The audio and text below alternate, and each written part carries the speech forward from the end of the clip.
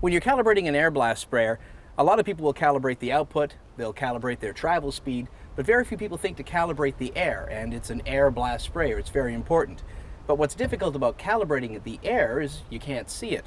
Here's a simple trick using ribbons tied to the deflectors, hopefully you have them, and the nozzle bodies in the orchard or in the high bush blueberries, grapes, whatever your crop, to see where your air is going. So 25 centimeter or 10-inch ribbons are all you need. I use actual ribbon, not flagging tape, because some sprayers will blow so hard that it'll stretch the flagging tape, or they may break down depending on where your intake is and get sucked in the intake and you get confetti. But 25 centimeter or 10-inch lengths are enough.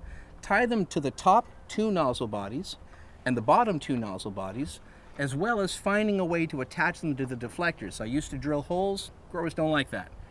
Now you can just use duct tape. As soon as they're tied on, we're going to put the sprayer in the orchard and turn on the air. It's going to show us where the center point of each nozzle is aiming. But we have to bear in mind, the spray doesn't come out straight like the ribbon. The spray comes out on an angle, usually about 80 degrees, maybe a little less. And that's going to help us decide, do we need the top nozzle on? Do we need the lowest most nozzle on? Maybe we need to make a small change to the nozzle body, change its angle ever so slightly to change where the spray is going to come out. You can usually go about 15 degrees in each direction without turning off the roll-off, so it's safe to do.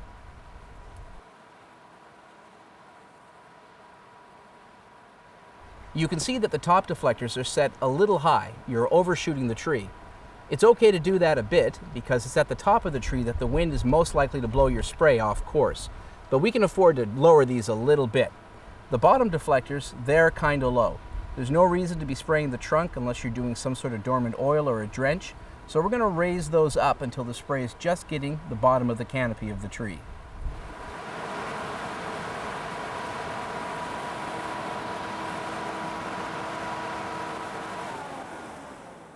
So we saw that the top two deflectors are aimed up kind of high. They're overshooting the trees a great deal. It's okay if they overshoot a bit. In fact, they should. That's where the wind's going to steal most of your spray, and you'd rather overshoot a bit than undershoot. Plus, if you're on a slope or the sprayer's doing this, you want to make sure you always hit the top of the tree. So we'll start by dropping those deflectors. Remember, these aren't nozzles. These are deflectors. They're going to bounce and channel the air to the top of the tree. The first nozzle we're going to use is in this position. So we can afford to flatten these out a little based on what we saw with the ribbons. Now we've also ribboned the nozzle bodies, so we have a sense of where the center point of each spray is. And this top nozzle we saw was pretty much spraying up into space. A good rollover will go about 15 degrees off center before it clicks and before it starts to shut off. So we're going to aim the top nozzle down a little bit. Remember, that was just the center point. The spray is going to come out at about an 80-degree angle. So we're still going to get a lot higher up, and the air is going to help us get it there. The next nozzle, we're also going to aim down a little bit based on what we saw with the ribbons. These are good. Down at the bottom, we saw the bottom nozzle is pretty much spraying into the ground. Even though the apples are going to drop these boughs at some point in the season, this next nozzle up, spraying at 80 degrees, is going to be more than sufficient to hit them. And we can confirm that with water-sensitive paper later on. But we did see that this bottom deflector needs to come up. That's not only going to channel the air, it's going to compress it into the canopy. Help that spray penetrate a little better. There we go. And that lines up. As the season progresses and the boughs do drop, we'll want to adjust these to compensate for that.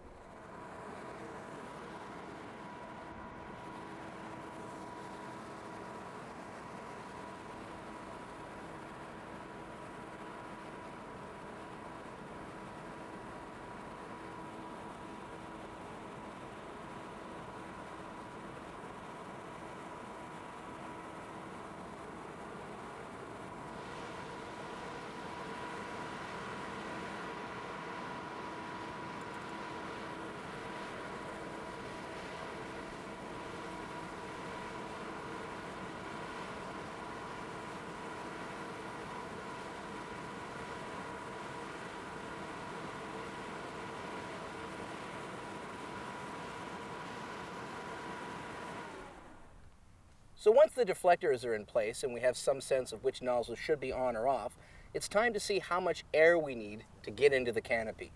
A common mistake is that a grower will expect that cloud of product in the next alley as an indication that they're doing a good job. But really, the spray shouldn't go much further than the center of the target. In this case, in an apple tree, it really shouldn't go much further than the trunk. And when you consider that the air carries the pesticide, where the air goes, the pesticide's going to go. And a nice way to know if we're using too much or not enough is to tie, again, about a 25 centimeter or 10-inch ribbon on the far side of your target. Now in this case, we're going to put one high up in the tree, one about halfway, and one down near the bottom. We're going to do that in at least 2 trees. Then the grower is going to drive by at the speed that they normally drive with their air at the setting they're used to having it at, and we're going to watch these ribbons. If the ribbon stands straight out, that means the spray is blowing right through the target. And worse than that, the leaves are being flattened out with the air, and the spray is going to skip right over the top. If they don't move at all and just hang limp, then we're not getting enough air into the tree to push the air that's in there out and replace it with spray. What we'd like to see is them just waft a little as the sprayer goes by. If we don't like what we see, if they stand straight out, we have to find a way to lower that fan speed.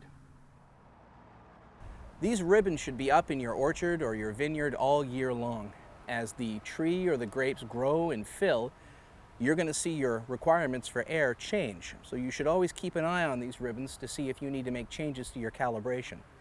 Plus, they're great indicators if your sprayer is overcoming any wind in the orchard or in the vineyard. If you don't see them move in the direction they should move in, you might as well stop spraying because you're not doing any good.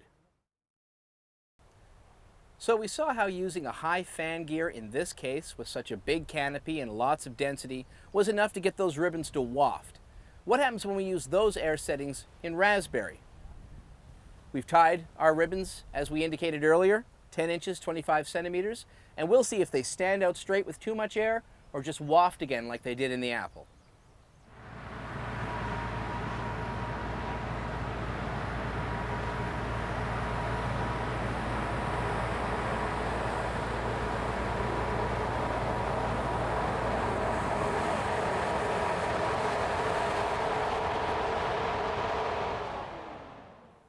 So we saw most of them stood straight out as the spray went by. In fact, you could see the entire cane structure bow right over.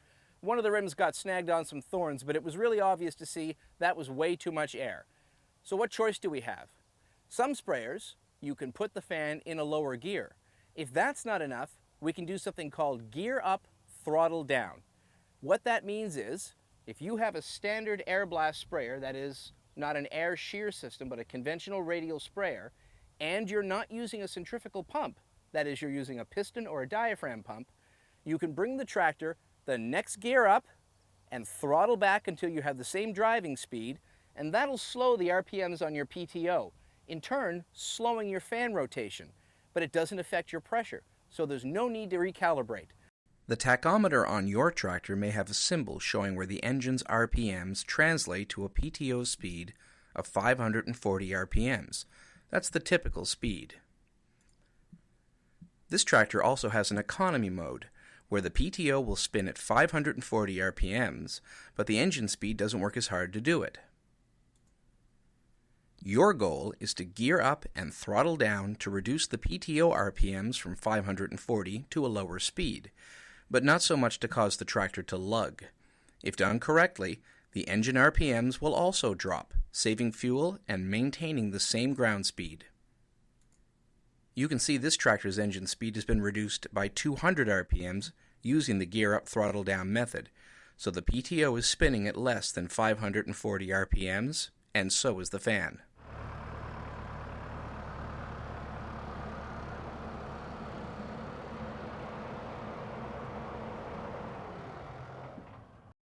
If the ribbon stands straight out, there's too much air.